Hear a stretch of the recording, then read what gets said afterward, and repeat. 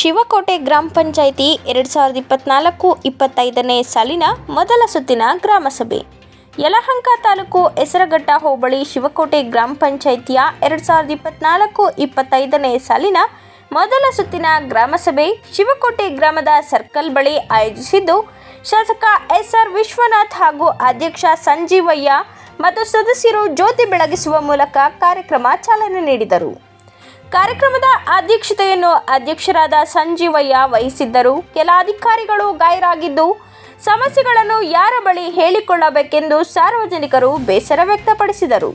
ಪ್ರತಿ ಗ್ರಾಮ ಸಭೆಯಲ್ಲಿ ಇದೇ ರೀತಿ ಅಧಿಕಾರಿಗಳು ಗೈರಾಗುತ್ತಿದ್ದು, ಯಾವುದೇ ರೀತಿಯ ಕ್ರಮ ಕೈಗೊಳ್ಳುತ್ತಿಲ್ಲ ಎಂದು ಸ್ಥಳೀಯರು ಆಕ್ರೋಶ ವ್ಯಕ್ತಪಡಿಸಿದರು. ಬಂದಿದ್ದಂತಹ ಕೆಲ ಅಧಿಕಾರಿಗಳು ಇಲಾಖಾವಾರು ಜನಸಾಮಾನ್ಯರಿಗೆ ಸಮಸ್ಯೆ ಮತ್ತು ಕುಂದುಕೊರತೆಗಳ ಬಗ್ಗೆ ಮುಂದಿನ ದಿನಗಳಲ್ಲಿ ಬಗೆಹರಿಸಲು ಅಧ್ಯಕ್ಷರು ಭರವಸೆ ನೀಡಿದರು. ಈಗ ಉಳಿದಿದೆ ಅದರಲ್ಲಿ ಕ್ರೋಢೀಕರಿಸಿ ನಾವು ನಮ್ಮ ಎಲ್ಲ ಸದಸ್ಯರ ಬೆಂಬಲದಿಂದ ಈ ಜನಗಳ ಒಂದು ಆಶೀರ್ವಾದದಿಂದ ಸಣ್ಣ ಪುಟ್ಟ ಕೆಲಸ ನಾವು ಮಾಡ್ತೀವಿ. ಚೀಕೋಟೆ ನಾವು ಕೈಲಾಸ ಮಾಡ್ತೀವಿ ಅಂತ ಹೇಳಲ್ಲ, ನಮ್ಮ ಶಕ್ತಿ ಏನಾಗ್ತದ ಮೀರಿ ಕೆಲಸ ಮಾಡಕ್ ನಾವು ರೆಡಿ ಇರ್ತೀವಿ. ಮತ್ತೆ ಬಂದು ಈಗ 25 ದಿನ ಆಯ್ತು. 25 ದಿನದಾಗ 5 ದಿನ ಒಂದು ರಜಾ, ಇನ್ನು 5 ದಿನ ಒಂದು ರಜಾ, 10 ದಿನ ರಜಾ ಆಯ್ತು. 15 ದಿನದಲ್ಲಿ 10 ದಿನ ಗ್ರಾಮ ಪಂಚಾಯತಿಗೆ ಹೋಗಿದ್ದೀನಿ. ಅಲ್ಲಿ ನಿರಂತರ ಸಮಸ್ಯೆ ಇರೋದು ನಿಜ.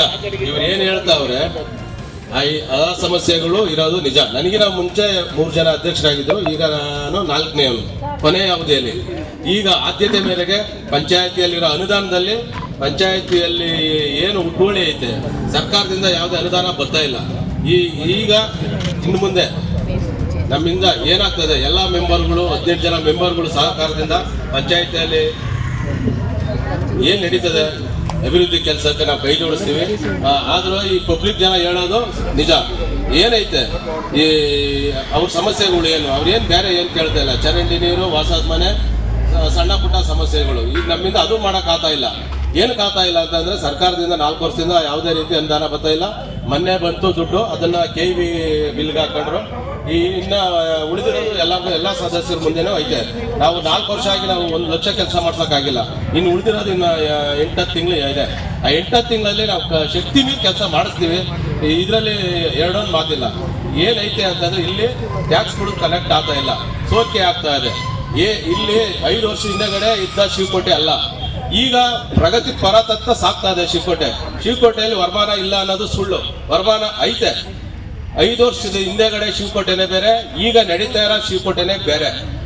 ಒಂದು 2-3 ತಿಂಗಳಿಂದ ಈಚೆಗೆ 500-600 ಫ್ಯಾಕ್ಟ್ರಿಗಳಾಗವೆ. ಈಗ ತಾನೇ ಮೊನ್ನೆ ಪೆರಿಫಿಲ್ ರಿಂಗ್ ರೋಡು ಕೆಲಸ ಹಿಡಿಯೋಕ್ಕೆ ಸರ್ಕಾರದವ್ರು ಅನುಮತಿ ಕೊಟ್ಟವ್ರೆ. ಆ ಪೆರಿಫಿಲ್ ರಿಂಗ್ ರೋಡು ನಮ್ಮ ಶಿವಕೋಟೆಯಲ್ಲೇ ಹೋಗೋದ್ರಿಂದ ನಮ್ಗೆ ಒಂದು ಹೆಮ್ಮೆ. ಆ ಸುತ್ತಮುತ್ತ ಇರೋ ಭೂಮಿಯಲ್ಲಿ ಈಗಾಗಲೇ ಒಂದು ಇಂಟರ್ನ್ಯಾಷನಲ್ ಉದ್ಯಾನವನಕ್ಕೆ ಜಾಗ ಗುರುತಿಸವ್ರೆ. ಆಮೇಲೆ ಕ್ರೀಡಾ ಗ್ರಾಮಕ್ಕೆ ಉದ್ಯಾನವನ ಪಕ್ಕದಲ್ಲಿ ಕ್ರೀಡಾ ಗ್ರಾಮಕ್ಕೂ ಕೊಟ್ಟವ್ರೆ.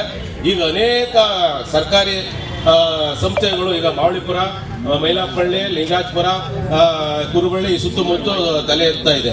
ಇದೆಲ್ಲ ನೋಡ್ಕೊಂಡ್ರೆ ಈ ಶಿವಕೋಟೆ ಹಿಂದುಳಿದಿಲ್ಲ, ಮುಂದುವರೆದಿದೆ.